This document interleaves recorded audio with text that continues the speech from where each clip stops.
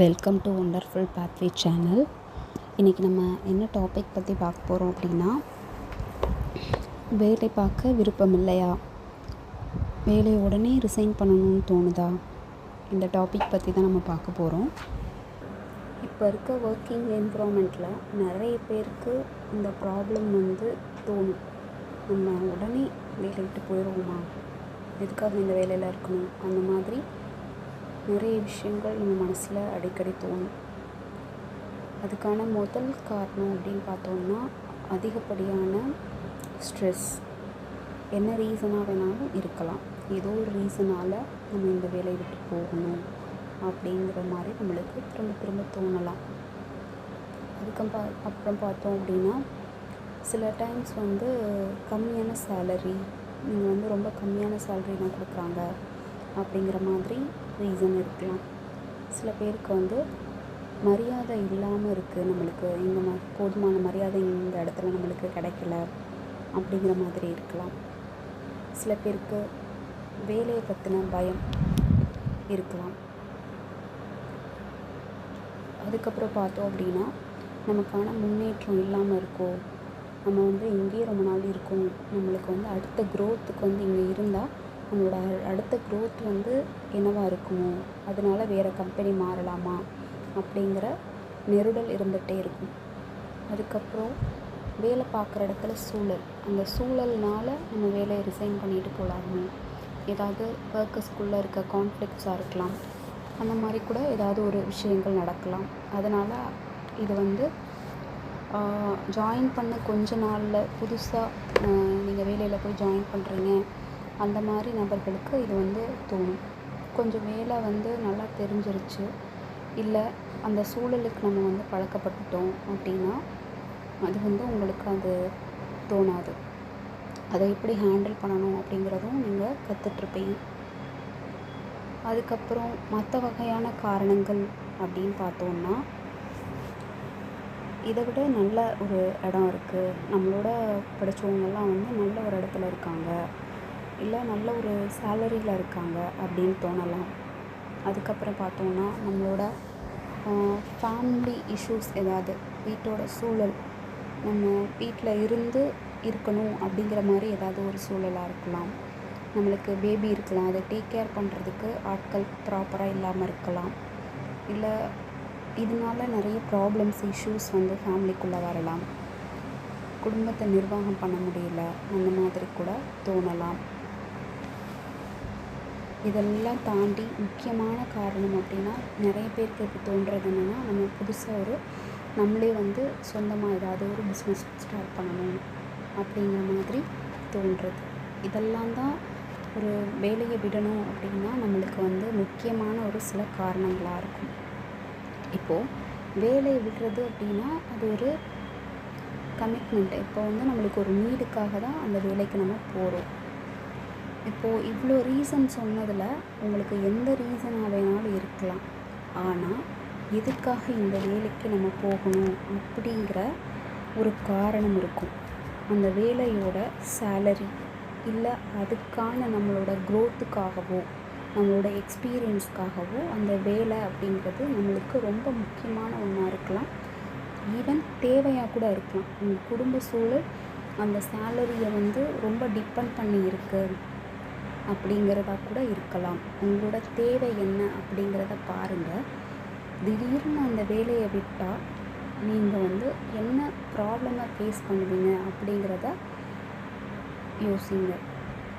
அதுக்காக யோசிச்சுட்டு நீங்கள் ஒரு கஷ்டமான ஒரு சூழலை ஏற்றுக்கிட்டு இருக்கணும் அப்படின்னு நான் சொல்ல வரலை.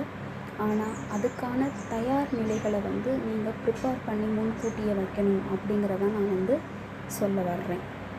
இப்போது இதில் உள்ள காரணங்கள் தான் நம்மளை வேலையை ரிசைன் பண்ண வைக்கிது அப்படின்னா, சில காரணங்கள் சில பேருக்கு ஆசை இருக்கும், நம்ம நல்ல பொசிஷன் இந்த ஜாப்லேயே இருக்கணும், ஆனால் இந்த ப்ரொஃபஷன்லேயே இருக்கணும், ஆனால் நல்ல க்ரோத்துக்கு போகணும் அப்படிங்கிற நபராக இருந்தீங்க அப்படின்னா, நீங்கள் ஒரு ஜாபை ரிசைன் பண்ணிவிட்டு இன்னொரு வேலைக்கு போகிறது அப்படிங்கிறது சில ரீசன்ஸால் பண்ணக்கூடாது. ஏன் அப்படின்னா, ஒரு வேலையை நம்ம ஒரு 2 years 3 years ஒர்க் பண்ணும்போது தான் அதில் உள்ள விஷயங்கள்லாம் என்ன அப்படிங்கிறது இன்னும் நல்லாவே நம்மளால் கற்றுக்க முடியும். அது வந்து ஒரு முக்கியமான விஷயம். அதனால் உங்களுக்கு அந்த ரீசன் இருந்துச்சு அப்படின்னா அந்த ரீசனை சரி பண்ணுறதுக்கான விஷயங்கள் எல்லாம் நீங்கள் வந்து ஆராய்ஞ்சு பார்க்கலாம். அப்படி சரி பண்ண முடியாத விஷயங்கள் வந்து இந்த உலகத்தில் எதுவுமே இல்லை அப்படின்னு நான் நம்புகிறேன். இப்போ அதிகப்படியான மன அழுத்தம் கொடுக்குது இந்த வேலை அப்படின்னா, அந்த வேலையிலேருந்து நீங்கள் வந்து எப்படிலாம் நீங்கள் வந்து இந்த ஸ்ட்ரெஸ் மேனேஜ்மெண்ட்டை வந்து கையில் எடுத்துக்கலாம். உங்களுக்கு பிடிச்ச விஷயங்களை வீக்கெண்டில் பண்ணுறது, அதுக்கப்புறம் வீட்டுக்கு போன உடனே உங்களுக்கு பிடிச்ச மாதிரி உங்களோட வீட்டு என்விரான்மெண்ட்டை வந்து மாற்றிக்கிறது, இதெல்லாம் கூட நம்மளோட மன அழுத்தத்தை, ஒர்க் ஸ்ட்ரெஸ்ஸை வந்து குறைக்கும். இன்னொன்று, நம்மளோட வேலையை வீட்டுக்கு எடுத்துகிட்டு வராமல் முடிஞ்ச வரையும் நம்மளோட வேலையை அந்த டைம்குள்ளே, அதாவது அந்த ஒர்க்கிங் ஹவர்ஸ்க்குள்ளே நம்ம முடிச்சிட்டோம் அப்படின்னா நம்மளுக்கு வந்து அங்கேயே முடிஞ்சிடும், ப்ரெஷர் கண்டினியூ ஆகாது. அதுக்கப்புறம் நம்ம வீட்டுக்கு வந்துட்டோம் அப்படின்னா நம்மளோட ஹவுஸ் ஹோல்டு ஒர்க்ஸு, அதுக்கப்புறம் நம்மளுக்கான டைமை நம்ம கரெக்டாக அலாட் பண்ண முடியும். அது வந்து ஒரு முக்கியமான விஷயம். நெக்ஸ்ட்டு வந்து பார்த்தோம் அப்படின்னா, குறைஞ்ச சம்பளம் அப்படின்னு சொல்லிட்டு ஒரு விஷயம் நான் சொல்லியிருக்கேன். குறைச்ச சம்பளம் அப்படின்னா சில ஏரியாவில் வந்து நம்மளுக்கு ரொம்ப கம்மியான சேலரியிலேயே வந்து ஒர்க்கர்ஸை வந்து வச்சுருப்பாங்க. அந்த மாதிரி இடத்துல வந்து நம்மளுக்கு க்ரோத் இருக்காது அப்படின்னா நம்ம அங்கே இருக்க தேவையில்லை. அதாவது சில இடத்துல சம்பளம் குறைவாக இருந்தாலும் அதுக்கான எக்ஸ்பீரியன்ஸ், நல்ல நாலேஜ் நம்மளுக்கு அங்கே கிடைக்கும் அப்படின்னா நீங்கள் அங்கே இருக்க முயற்சி பண்ணலாம். அப்படி இல்லை, வேறு இடத்துக்கு போனால் இங்கே இருக்கிறதுனால நம்மளுக்கு சேலரியும் குறைவாக இருக்குது, இல்லை அப்படின்னா நம்மளோட க்ரோத்தும் வந்து இங்கே எந்த முன்னேற்றமும் இருக்காது, இந்த விஷயங்கள் எதுவும் நம்ம பெருசாக கற்றுக்க முடியாது அப்படின்னு நினச்சோம்னாலும் நம்ம வந்து வேறு இடத்துக்கு போகலாம். அதுவும் வேறு இடத்துக்கு போகிறோம் அப்படின்னா ஒரு நல்ல வேலையை நம்ம செலக்ட் பண்ணிவிட்டு அதுக்கான ஃபைனலைஸ் எல்லாமே நம்ம இன்டர்வியூவோ இல்லை வந்து அப்பாயின்மெண்ட் ஆர்டரோ வாங்கின பிறகு இங்கே வந்து ரெசிக்னேஷன் அப்படிங்கிறது கொடுக்கறது முக்கியமாக அவசியமாக இருக்கலாம். சில பேர் கமிட்டடாக இருப்பீங்க, ஃபேமிலிக்கு உங்களோட சேலரி நீட் அப்படிங்கிறது இருக்கலாம். சில பேருக்கு வந்து சேலரி அப்படிங்கிறது நீட் இல்லை அப்படிங்கிறதா இருக்கலாம்.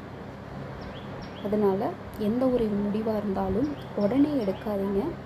ஒரு 10 நாள் இல்லை 1 வீக் அப்படிங்கிறத ஃபஸ்ட்டு டைம் பீரியட் கொடுங்க. உடனே ரெசிக்னேஷன் 24 hours ரெசிக்னேஷன் கொடுக்கறது, உடனே கோபத்தில் வந்து சில முடிவுகளை வந்து அவசரப்பட்டு எடுக்கிறது, அந்த மாதிரி விஷயங்களை உடனே பண்ணாதீங்க. அது வந்து ரொம்ப முக்கியமான விஷயம். நெக்ஸ்ட்டு வந்து மரியாதை இல்லாமல் இருக்கிறது. ஒர்க்கிங் என்விரான்மெண்ட்டில் சில டைமில் மரியாதை இல்லாமல் இருக்குது அப்படின்னா அதை பற்றி நீங்கள் ரொம்ப பெருசாக திங்க் பண்ண தேவையில்லை. ஏன் அப்படின்னா உங்களோட க்ரோத்துக்கு நீங்கள் வந்து கரெக்டாக முயற்சி பண்ணி ஒவ்வொரு விஷயமும் நீங்கள் பண்ணுறீங்க, கற்றுக்குறீங்க அப்படின்னா உங்களோட மரியாதை அப்படிங்கிறது ஆட்டோமேட்டிக்காக எங்கே இருந்தாலும் கூட தான் செய்யும், குறைய போகிறது கிடையாது. அதனால் அதை வந்து ரொம்ப பெருசாக திங்க் பண்ண தேவை கிடையாது. நெக்ஸ்ட்டு வந்து பார்த்தோம் அப்படின்னா, புதுசாக ஜாயின் பண்ணுறவங்களுக்கு இந்த வேலையை பற்றின ஒரு பயம் இருக்கலாம். இதை எப்படி நம்ம ஹேண்டில் பண்ண போகிறோம் அப்படிங்கிற பயம். அது வந்து ஆட்டோமேட்டிக்காகவே கொஞ்ச நாளில் ரெக்கவர் ஆயிரும், இந்த வேலையை கற்றுக்க. அதனால் அதுவும் வந்து தேவையில்லாத ஒரு விஷயந்தான். அது கொஞ்ச நாள் நீங்கள் கொஞ்சம் கஷ்டப்பட்டு ட்ரைனிங் அப்படிங்கிறது எடுத்துக்க தான் வேணும். அது வந்து உடனே வருமா அப்படின்னு கேட்டால் உடனே வராது. எல்லாருமே எல்லா விஷயங்கள்லையுமே அடிபட்டு தான் அந்த விஷயத்தை கற்றுக்குறாங்களே ஒழிய எல்லாருக்குமே உடனே எல்லா விஷயங்களும் வந்துடுறது கிடையாது. அதனால் நீங்கள் அது வேலை தெரியலை, நம்மளுக்கு வந்து கஷ்டமாக இருக்குது அப்படிங்கிறதுனால அதை விட்டுட்டு வர தேவையில்லை. அதுக்கப்புறம் நம்மளுக்கான முன்னேற்றம் வந்து இல்லாமல் இருக்க ஒரு இடத்துல அப்படின்னா சில இடங்கள் ரொம்ப சின்ன இடமா இருக்கும். அங்கே வந்து உங்களுக்கு நீங்கள் க்ரோத் இல்லை அப்படின்னு நீங்கள் நினைக்கலாம். இன்றைக்கி க்ரோத் இல்லை அப்படின்னு நினைக்கலாம். ஆனால் நாளைக்கு உங்களுக்கான க்ரோத் வர்றதுக்கு வாய்ப்பு இருக்குது அப்படின்னா நீங்கள் அதை திங்க் பண்ணி அந்த இடத்துலையே நீங்கள் உங்கள் வேலையை தக்க வச்சுக்கலாம். அப்படி இல்லை, எவ்வளோ நாள் இருந்தாலும் இந்த சூழல் வந்து மாறாது, நம்மளோட முன்னேற்றம் வந்து பெரிய அளவில் இங்கே இருக்காது அப்படின்னு நினச்சிங்க அப்படின்னா இதை விட ஒரு பெட்டர் ஆப்ஷனாக நீங்கள் வந்து தேடி அனலைஸ் பண்ணிவிட்டு அதுக்கப்புறம் நீங்கள் வந்து ஜாபை கன்ஃபார்ம் பண்ணிவிட்டு வேலையை ரிசைன் பண்ணுறது அப்படிங்கிறது சரியான முடிவாக இருக்கும் அப்படின்னு நான் நம்புகிறேன். அதுக்கடுத்து வேலை செய்கிற இடத்துல சில சூழல் வந்து நம்மளுக்கு பிடிக்காமல் இருக்கலாம் அப்படின்னு நான் சொன்னேன். அந்த வேலையில் உள்ள சூழல் அப்படிங்கிறது ரொம்ப வந்து டெம்ப்ரவரி தான். அது வந்து பெர்மனண்ட்டாகவே அந்த சூழல் இருக்கும் அப்படிங்கிறது கிடையாது. அதனால அந்த சூழல் வந்து இன்றைக்கி இருக்கிற மாதிரி அந்த சூழல் நாளைக்கு இருக்காது. இன்றைக்கி டே இப்போ 8 to 9 உங்களோட டியூட்டி ஹவர்ஸ் அப்படின்னா 8 to 5 அப்படிங்கிற மாதிரி உங்களுக்கு டியூட்டி ஹவர்ஸ் அப்படின்னா என்ன டியூட்டி ஹவர்ஸாக வேணாலும் இருக்கலாம். ஆனால் அந்த டைம் டியூரேஷன் அப்படிங்கிறது மட்டும்தான் இன்றைக்கான நம்மளோட ஒர்க். அந்த ஒர்க்கில் வந்து இன்றைக்கி என்ன மாதிரி சூழல் வேணாலும் நடந்திருக்கலாம். ஆனால் நாளைக்கும் அதே மாதிரி சூழல் தான் நடக்கும் அப்படிங்கிறது கிடையாது. சூழல் ஒவ்வொரு நாளும் மாறும். அதனால் ஒரு நாள் சூழலை வச்சு எந்த ஒரு பெரிய முடிவுகளையும் நீங்கள் எடுக்க அவசியம் இல்லை. அதனால் இன்றைக்கி ஒரு டேயை மட்டும் நம்ம கடந்தால் போதும். நாளைக்கான டே வந்து ஃப்ரெஷ்ஷான ஒரு டே அப்படிங்கிறத எப்போவுமே நீங்கள் வேலைக்கு போகிறவங்களா இருக்கீங்க அப்படின்னா அதை திங்க் பண்ணணும். நெக்ஸ்ட்டு மற்ற வகையான காரணங்கள் அப்படிங்கிறது உங்களோட ஃபேமிலி விஷயங்களாக இருக்கலாம். இதை விட ஒரு குடும்பத்தில் வந்து உங்களுக்கு ரொம்ப ப்ராப்ளம்ஸ் இருக்கலாம். உங்களுக்கு வேலைக்கு வர்றதுக்கான சூழல் இல்லாமல் இருக்கலாம். உங்களோட குழந்தையை டேக் கேர் பண்ணுறதுக்கு ஆட்கள் இல்லாமல் இருக்கலாம். இல்லை அப்படின்னா இதை விட பெட்டரான வேலை நிறைய பேர் உங்களோட உங்களோட ஒர்க் பண்ணவங்களோ உங்களோட ஸ்டடீஸில் இருந்தவங்களோ நல்ல பெட்டர் ஜாபில் இருக்கலாம். இது மாதிரி நிறைய விஷயங்கள் காரணங்களாக இருக்கும். ஆனால் அந்த காரணங்கள் எல்லாமே டெம்ப்ரவரி தான் அப்படிங்கிறத நீங்கள் திங்க் பண்ணிக்கோங்க. எதுவுமே ஒரு பெர்மனன்ட் கிடையாது. அதுக்கான சொல்யூஷனும் கண்டிப்பாக இருக்குது. ஒவ்வொரு விஷயத்துக்குமே சொல்யூஷன் அப்படிங்கிறது கண்டிப்பாக கிடைக்கும். அந்த சொல்யூஷன் அப்படிங்கிறது உங்களால் தான் கரெக்டாக தேர்ந்தெடுக்க முடியுமே ஒழிய என்னால் அந்த முடிவை சொல்ல முடியாது. உங்களுக்கு ஒரு சூழல் இருக்குது அப்படின்னா அதை சரி பண்ண கண்டிப்பாக முடியும். அதுக்கான முயற்சியை நீங்கள் எடுக்கிறது ரொம்ப அவசியம். நெக்ஸ்ட் வந்து பார்த்தோம் அப்படின்னா எல்லாருக்குமே வந்து பிஸ்னஸ் ஸ்டார்ட் பண்ணணும் அப்படிங்கிற ஒரு ஐடியா இருக்கும். அதனால் நம்ம இந்த ஜாபை வந்து உடனே குவைட் பண்ணிவிட்டு நம்ம வந்து உடனே ஒரு பிஸ்னஸ் ஸ்டார்ட் பண்ணிடலாமா அப்படின்னு கேட்டால் அதுவும் வந்து ஒரு கரெக்டான விஷயம் கிடையாது. எப்போவுமே நம்ம வந்து பிஸ்னஸ் ஸ்டார்ட் பண்ணணும் அப்படின்னா அதுக்கான ப்ரிப்ரேஷன் அப்படிங்கிறத நம்ம எடுத்துக்கணும். அதை தாண்டி இந்த சேலரி அப்படிங்கிறது நம்மளுக்கு எவ்வளோ அவசியமானது, நம்மளுக்கு எந்த கமிட்மெண்ட்டுமே இல்லை. இந்த சேலரியை வச்சு நம்மளுக்கு எந்த கமிட்மெண்ட்டுமே இல்லை. உங்கள் வீட்டுக்காரரோட சேலரியோ இல்லை அப்படின்னா உங்களோட ஃபேமிலி மெம்பர்ஸோட அதர் சோர்ஸஸ் ஏதாவது உங்களுக்கு வந்து இன்கம் வந்துட்டுருக்கு. உங்களோட சேலரி இந்த ஃபேமிலிக்கு அவசியம் இல்லாத சேலரி அப்படின்னாலும் நீங்கள் தைரியமாக ஒரு பிஸ்னஸை இறங்குறதுக்கான முயற்சி எடுக்கலாம். ஆனால் அதுலேயுமே நீங்கள் வந்து உடனடியாக உங்களோட பார்த்துக்கிட்டு இருக்க வேலையை நிப்பாட்டிட்டு உடனே பண்ணாதீங்க.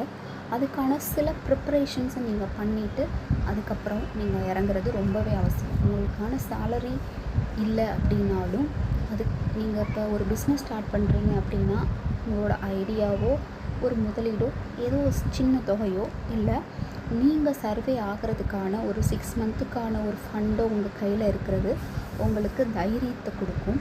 பிஸ்னஸ் ஸ்டார்ட் பண்ணும்போது அதுக்கான கான்ஃபிடென்ட்டை வந்து உங்களுக்கு உண்டு பண்ணும். அது ரொம்பவே அவசியமான ஒன்று. அதனால் ஃபஸ்ட்டு நீங்கள் பண்ண வேண்டிய விஷயம் ஒரு எமர்ஜென்சி ஃபண்ட் அப்படின்றத ஒன்றத்தை க்ரியேட் பண்ணிக்கோங்க. அது வந்து உங்களுக்கு கண்டிப்பாக உங்கள் பிஸ்னஸ்க்குமே அது நீங்கள் பிஸ்னஸில் இறங்கிட்டோம். நிறைய பேர் ஜாபில் இருந்தவங்க பிஸ்னஸில் இறங்குறீங்க அப்படின்னா அது சப்போஸ் வந்து ட்ராபேக் ஆனால் கூட நீங்கள் வந்து உங்கள் கையில் ஃபண்டோடு இருந்துச்சு, நீங்கள் உங்கள் மணியை தான் ஸ்பெண்ட் பண்ணீங்க அப்படிங்கும்போது உங்களுக்கு அது வந்து ஒரு பெரிய கஷ்டத்தை கொடுக்காது. திரும்பவும் நீங்கள் முயற்சி பண்ணுறதுக்கு ஸ்டார்ட் பண்ணலாம். திரும்பவும் உங்களோட பழைய ஜாபுக்கே வர்ற மாதிரி ஒரு சூழல் வந்து ஏற்பட்டுறக்கூடாது. அதுக்கான ப்ரிப்ரேஷனை நீங்கள் முன்கூட்டியே கண்டிப்பாக ஒரு எமர்ஜென்சி ஃபண்டாக வந்து க்ரியேட் பண்ணிக்கணும். அதுக்கப்புறம் நீங்கள் வந்து ஒரு பிஸ்னஸ் ஸ்டார்ட் பண்ண போகிறீங்க அப்படின்னா அதாவது இதுதான், நீங்கள் ஒரு வேலையில் இருக்கீங்க ஆனால் ஒரு பிஸ்னஸ் ஸ்டார்ட் பண்ணணுங்கிற ஐடியா இருக்கும்போது நீங்கள் என்ன பண்ணணுன்னா ஒரு பார்ஷியலாக அதுக்கான சின்ன சின்ன ஸ்டெப்ஸை வந்து ஸ்டார்ட் பண்ணணும். அதுக்கான ப்ரிப்ரேஷன்ஸ் என்ன அப்படிங்கிறத மெதுவாக கூட நீங்கள் பண்ணி பார்க்கலாம். அதை வந்து ஒரு ட்ரையல் அண்ட் எரராக கூட நீங்கள் ஸ்டார்ட் பண்ணலாம். உங்கள் ஜாபில் நீங்கள் இருந்துகிட்டே இதை பண்ணும்போது அதுக்கான எல்லா விஷயங்களுமே உங்களுக்கு வந்து புரிய ஆரம்பிக்கும். அது வந்து ரொம்பவே சின்ன சின்ன விஷயங்கள். ஒரு பொட்டிக்கே நீங்கள் ஸ்டார்ட் பண்ணுறீங்க அப்படின்னா அதுக்கான ப்ரிப்ரேஷன் என்ன, உங்கள் ஹவுஸ்லேயே நீங்கள் பண்ண போகிறீங்களா, அதுக்கு நம்ம எங்கே வந்து ஸ்டாக்ஸ் வாங்கணும், எப்படி வந்து சேல் பண்ணணும், அது நம்மளுக்கு வந்து அது முதல்ல எப்படி சூட் ஆகும் அப்படிங்கிறது எல்லாத்தையுமே நீங்கள் வந்து யோசிச்சுட்டு அதுக்கப்புறமா நீங்கள் ஸ்டார்ட் பண்ணுறது ரொம்ப அவசியம். அதுக்கப்புறம் பார்த்தோம் அப்படின்னா வேலையை பற்றின ஒரு ட்ரைனிங் அப்படிங்கிறது எந்த ஒரு பிஸ்னஸாக இருந்தாலுமே அதுக்கு வந்து ட்ரைனிங் அப்படிங்கிறது நீட். அதுக்கான ட்ரைனிங் எங்கே கொடுக்குறாங்க அப்படிங்கிறத தேடி பார்த்து நீங்கள் கற்றுக்கிறது ரொம்ப அவசியம். இல்லை அப்படின்னா யாராவது ஒருத்தர்கிட்ட நீங்கள் கொஞ்ச நாள் அந்த பிஸ்னஸுக்கான டாக்டிக்ஸை கற்றுக்கிறது அப்படிங்கிறது ரொம்ப அவசியம். ஒரு அடித்தட்டில் இருந்து கூட அந்த தொழிலை வந்து நீங்கள் கற்றுக்கலாம். உங்களுக்கு எது தேவையோ, எதில் அனுபவம் தேவையோ அது சார்ந்த பிஸ்னஸ் ரிலேட்டடாக உள்ள விஷயங்களில் நீங்கள் வந்து டைரெக்டாக இன்வால்வ் ஆகி பண்ணுறீங்க அப்படின்னா கண்டிப்பாக உங்களுக்கு வந்து அதில் பிஸ்னஸ் லாஸ் அப்படிங்கிறத ரொம்பவே மினிமைஸ் பண்ண முடியும்.